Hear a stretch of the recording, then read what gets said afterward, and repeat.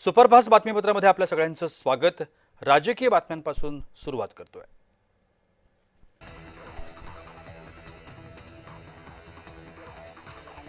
राहुरी विधानसभा पोटनिवडणुकीमध्ये ठाकरेंच्या जिल्हा प्रमुखानं अपक्ष उमेदवारी अर्ज भरलाय। जिल्हा संघटक रावसाहेब खेवरे यांनी अपक्ष उमेदवारी अर्ज भरला।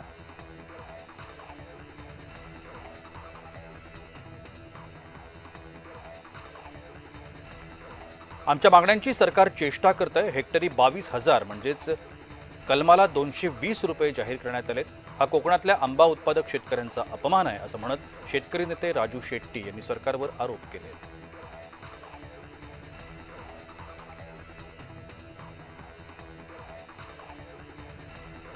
काँग्रेसने कायदा आणि सुव्यवस्थेवर बोलणं म्हणजे चोरांनीच पोलिसांना उपदेश करण्यासारखं आहे। काँग्रेसवाल्यांनी आपल्या अपयशाचा हिशोब जनतेला सांगावा, मग गृहमंत्र्यांवरती आरोप करावेत अशा शब्दात भाजपचे प्रदेश प्रवक्ते राम कुलकर्णींनी काँग्रेसला उत्तर दिले।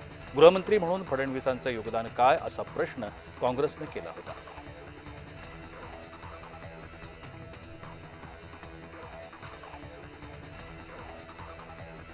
बेकायदेशीर एलईडी वापरणाऱ्या मासेमारी बोटींवरच्या कारवाईसाठी तपासणी मोहीम व्यापक करा असे निर्देश मंत्री नितेश राणेंनी दिले। मासेमारी रोखण्याकरता त्यांच्यावरती कारवाई होणं गरजेचं आहे। बोटींवर अधिकाऱ्यांनी अचानक भेटी दिल्या पाहिजेत अशा सूचनाही मंत्री नितेश राणेंनी बैठकीत दिल्या।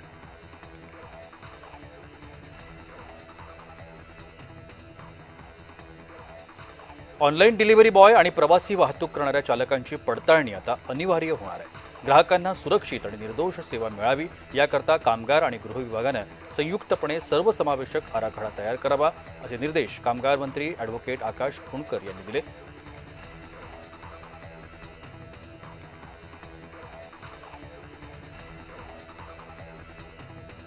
राहुरी विधानसभा मतदारसंघाच्या पोटनिवडणुकीसाठी उमेदवारी अर्ज भरण्याच्या शेवटच्या दिवशीपर्यंत 30 उमेदवारांनी 42 अर्ज दाखल केले। त्यापैकी मंगळवारी झालेल्या छाननीमध्ये 7 उमेदवारांचे अर्ज अवैध तसेच 23 अर्ज हे वैध असल्याची माहिती सहाय्यक निवडणूक अधिकारी तथा तहसीलदार डॉक्टर अमित पवार यांनी दिली।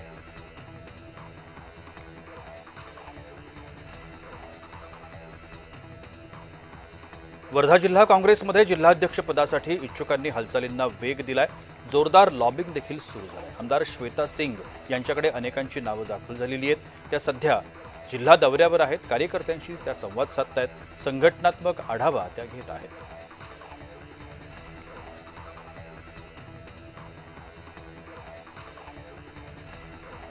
नागपूर शहर काँग्रेसमध्ये 12 वर्षांनंतर नेतृत्व बदलाचे संकेत मिळत आहेत। विद्यमान अध्यक्ष विकास ठाकरे पद सोडण्याच्या तयारीत आहेत। आपल्या गटातील नेत्यालाच अध्यक्षपद मिळावं याकरता त्यांचे प्रयत्न सुरू आहेत। गिरीश पांडव, विशाम मुत्तेमवार, अतुल कोटेचा, प्रशांत धवड यांची नावं सध्या चर्चेत आहेत।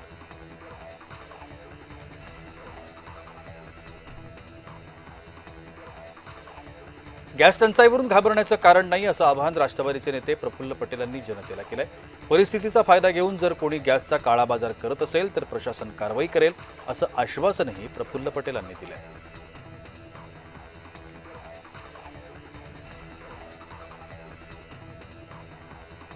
समरजित घाडगे यांनी आज भाजपमध्ये प्रवेश केला। रवींद्र चव्हाण, चंद्रकांत पाटील यांच्या उपस्थितीमध्ये त्यांनी पक्षप्रवेश केला।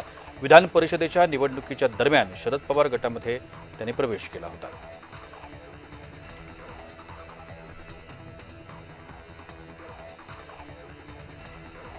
चिपी मुंबई विमानसेवा जलद गतीनं सुरू करा असे निर्देश मंत्री नितेश राणेंनी दिले। सकाळी आणि संध्याकाळी 2 वेळा विमानसेवा देण्याबाबत विचार करा असं देखील त्यांनी म्हटलेलं आहे।